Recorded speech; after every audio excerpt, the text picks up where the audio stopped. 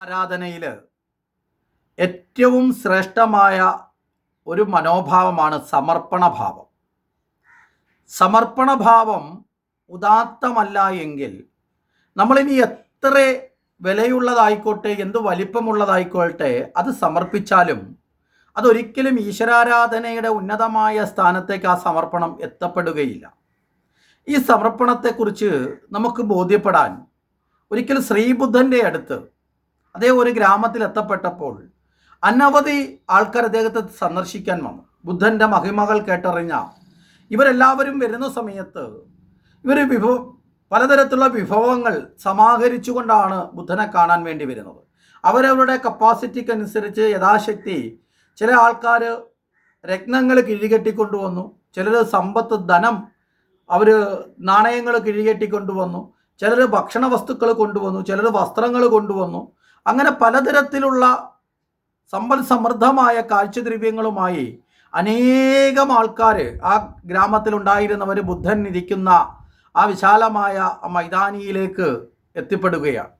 അങ്ങനെ ഇവരെല്ലാം വരുന്ന ഈ കാഴ്ച കണ്ടുകൊണ്ട് ഒരു യാചകൻ അദ്ദേഹത്തിന് 3-4 ദിവസത്തെ പട്ടിണിക്കൊടുവിൽ അദ്ദേഹത്തിന് ഒരു കർഷകൻ ഒരു തണ്ണിമത്തൻ കഴിക്കാൻ വേണ്ടി കൊടുത്തിരുന്നു അന്ന് പ്രഭാതത്തിൽ.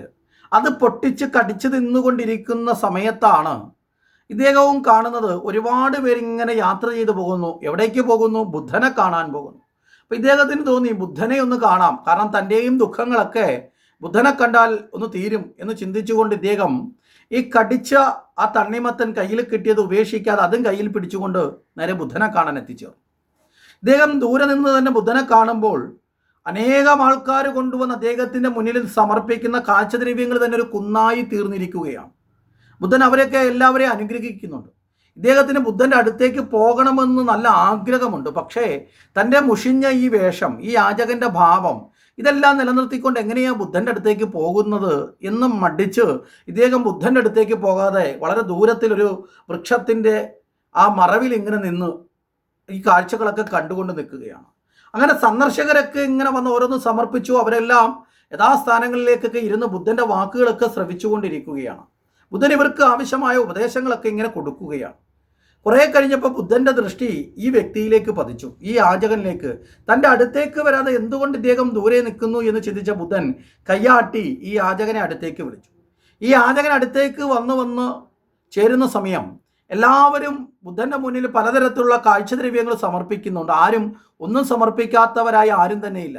അപ്പം താനും എന്തെങ്കിലും സമർപ്പിക്കേണ്ടതല്ലേ എന്നൊരു ചിന്ത പെട്ടെന്ന് ഉയർന്നു വന്നപ്പോൾ യാചകൻ തൻ്റെ കയ്യിലിരുന്ന് താൻ കടിച്ച ആ ഉച്ഛിഷ്ടമെന്ന് വേണമെങ്കിൽ വിശേഷിപ്പിക്കാവുന്ന ഈ തണ്ണിമത്തങ്ങ ആരുടെ മുന്നിൽ വെച്ചു? ബുദ്ധൻ്റെ പാദത്തിലേക്ക് വെച്ചു. അവിടെ ഉണ്ടായിരുന്ന പല ശിഷ്യന്മാർക്കും അതുപോലെ ആ ഗ്രാമത്തിലുണ്ടായിരുന്നവർക്ക് ഇതൊക്കെ കണ്ട് വളരെ നീരസം വന്നു, ദേഷ്യം വന്നു. കാരണം ബുദ്ധനെ പോലെയുള്ളൊരു മനുഷ്യൻ്റെ മുന്നിൽ ഇത്തരത്തിലൊരു കടിച്ച തണ്ണിമത്തൻ കൊണ്ടുവന്ന് വെച്ചത് ബുദ്ധനെ അപമാനിച്ചതിന് തുല്യമല്ലേ എന്നുള്ള നിലയിലുള്ള സംഭാഷണങ്ങളൊക്കെ അവിടെ ഉയർന്നു വന്നു. ബുദ്ധൻ ഇതൊന്നും ശ്രദ്ധിക്കാതെ തൻ്റെ ഉപദേശങ്ങളൊക്കെ തുടർന്നു. ആ വന്ന യാചകനെയും മറ്റുള്ളവരെ പോലെ തന്നെ ബുദ്ധൻ സ്വീകരിച്ചു, അദ്ദേഹത്തെ അനുഗ്രഹിച്ചു. അങ്ങനെ ആ യാചകനും ബുദ്ധൻ്റെ മുന്നിലായിട്ട് ഒരു സ്ഥലത്തിങ്ങനെ ഇരിക്കുകയാണ്. എല്ലാം കഴിഞ്ഞു. ഉപദേശങ്ങളൊക്കെ കഴിഞ്ഞതിന് ശേഷം ബുദ്ധൻ അവിടെ കൂടിയിരിക്കുന്നവർക്ക് തൻ്റെ മുന്നിൽ വന്ന മുഴുവൻ സമ്പത്തും അത് തിരിച്ചു വിതരണം ചെയ്തു. പല പാവപ്പെട്ടവർക്കും മറ്റു പണക്കാർ സമർപ്പിച്ച സമ്പത്ത് ഡിവൈഡ് ചെയ്ത് കൊടുത്തു. യാതൊന്നും തന്നെ ബുദ്ധൻ എടുക്കുന്നില്ല. ബുദ്ധൻ ഇതെല്ലാം തുല്യമായി ഓരോരുത്തർക്കും അർഹതപ്പെട്ടവർക്കും അവകാശപ്പെട്ടവർക്കും സാധുജനങ്ങൾക്ക് ദാനധർമാദികൾ ചെയ്ത് അദ്ദേഹത്തിൻ്റെ ശിഷ്യന്മാരെ കൊണ്ട് ഇതെല്ലാം ചെയ്തു. അവസാനം ഈ തണ്ണിമത്തൻ മാത്രം അവശേഷിച്ചു. കാരണം കടിച്ച് ഭക്ഷിച്ചതിൻ്റെ ശേഷം വന്ന ഈ തണ്ണിമത്തൻ ആർക്കും കൊടുക്കാൻ പറ്റില്ലല്ലോ. അതുകൊണ്ടായിരിക്കാം ബുദ്ധൻ ഇത് കൊടുക്കാൻ ശിഷ്യന്മാരോട് ആവശ്യപ്പെട്ടില്ല. അപ്പോൾ ആ തണ്ണിമത്തൻ മാത്രം ഇങ്ങനെ ഇരിക്കുകയാണ്. ഒരു നിമിഷം മൗനമായിട്ടിരുന്ന ബുദ്ധൻ തൻ്റെ ശിഷ്യന്മാരോട് പറഞ്ഞു, ആ തണ്ണിമത്തൻ ഇങ്ങെടുത്ത് എൻ്റെ കരങ്ങളിലേക്ക് തരാൻ പറഞ്ഞു. ആ തണ്ണിമത്തൻ ഇവരെടുത്ത് ബുദ്ധൻ്റെ കരങ്ങളിലേക്ക് കൊടുത്തു. എന്തിനാണ് ബുദ്ധൻ ഇത് ആവശ്യപ്പെട്ടതെന്നൊന്നും വ്യക്തമായി ശിഷ്യന്മാർക്ക് മനസ്സിലായില്ല. ബുദ്ധൻ അതിനുശേഷം ഈ തണ്ണിമത്തൻ പലതായി മുറിക്കാൻ ആവശ്യപ്പെട്ടു. പലതായി മുറിച്ചതിന് ശേഷം ഒരു കഷ്ണം ബുദ്ധൻ എടുത്ത് ഭക്ഷിക്കാൻ തുടങ്ങി. എന്നിട്ട് തൻ്റെ ശിഷ്യന്മാരോടും അവിടെ ഉണ്ടായിരുന്ന പലരോടും ഭക്ഷിച്ചോളാൻ പറഞ്ഞു. അപ്പോൾ ബുദ്ധൻ ഇത് ഭക്ഷിക്കുകയും ഭക്ഷിക്കാൻ പറഞ്ഞ സ്ഥിതിക്ക് മറ്റുള്ളവരും ഇത് ഭക്ഷിക്കാൻ തുടങ്ങി.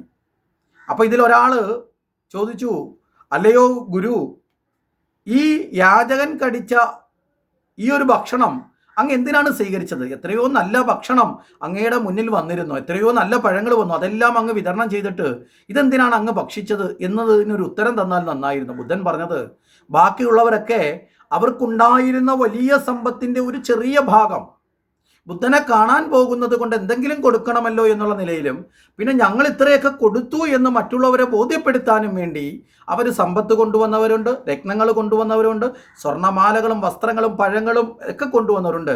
അവരൊക്കെ അവരുടെ സമ്പത്തിൻ്റെ ഒരു ഭാഗമാണ് നീക്കിവെച്ചതെങ്കിൽ ഇവിടെ ഈ യാചകൻ അദ്ദേഹത്തിൻ്റെ പട്ടിണി മാറ്റാൻ വേണ്ടി, അദ്ദേഹത്തിൻ്റെ ജീവൻ നിലനിർത്താൻ വേണ്ടി 3-4 ദിവസത്തെ പട്ടിണിക്ക് ശേഷം ലഭിച്ച ഏക ഭക്ഷണം, അതിൽ നിന്ന് അല്പം ആഹരിച്ചപ്പോഴാണ് എന്നെക്കുറിച്ച് അറിഞ്ഞത്. പക്ഷേ അതിനുശേഷം അദ്ദേഹം അത് തനിക്ക് വേണമെന്ന ആഗ്രഹം നിലനിർത്താതെ എൻ്റെ മുന്നിലേക്ക് സമർപ്പിച്ചു. ഈ ആത്മസമർപ്പണത്തെയാണ് എപ്പോഴും മഹത്വമായി കാണുന്നത്. ഇത്തരത്തിലുള്ള സമർപ്പണത്തിലൂടെ മാത്രമേ ഗുരുവിനെയും ഈശ്വരനെയും തൃപ്തിപ്പെടുത്താൻ സാധിക്കുകയുള്ളൂ. അതുകൊണ്ട് ഇങ്ങനെയുള്ള സമർപ്പണ മനോഭാവമാണ് യഥാർത്ഥ ഈശ്വര ആരാധനയിലൂടെ ഉയർന്നു വരേണ്ടത് എന്നുകൂടി ബുദ്ധൻ പറഞ്ഞപ്പോഴാണ് അവിടെ ഉണ്ടായിരുന്നവരുടെ കണ്ണ് നിറഞ്ഞുകൊണ്ട് അവർക്ക് സമർപ്പണത്തിൻ്റെ മഹത്വത്തെ അറിയാൻ സാധിച്ചത്. ഇത്തരം മഹത്വം നമ്മളിലും പിന്തുടരുവാൻ നമുക്കും ആ പാതയിലൂടെ മുന്നോട്ട് പോകാൻ സാധിക്കണം. പറയുന്നത് നിങ്ങൾക്കൊക്കെ ഇഷ്ടപ്പെട്ടിട്ടുണ്ട് എങ്കിൽ തീർച്ചയായിട്ടും നിങ്ങൾ ഈ ചാനൽ ഒന്ന് സബ്സ്ക്രൈബ് ചെയ്യുക, ലൈക്ക് ചെയ്യുക, അഭിപ്രായം പറയുക, സുഹൃത്തുക്കൾക്ക് വേണ്ടിയിട്ട് ഷെയർ ചെയ്യുക. തുടർന്നും ഇത്തരത്തിലുള്ള കഥകൾ കേൾക്കുവാൻ നിങ്ങളെല്ലാവരും തയ്യാറാവണം എന്നുകൂടി പറയുന്നു. നമസ്കാരം.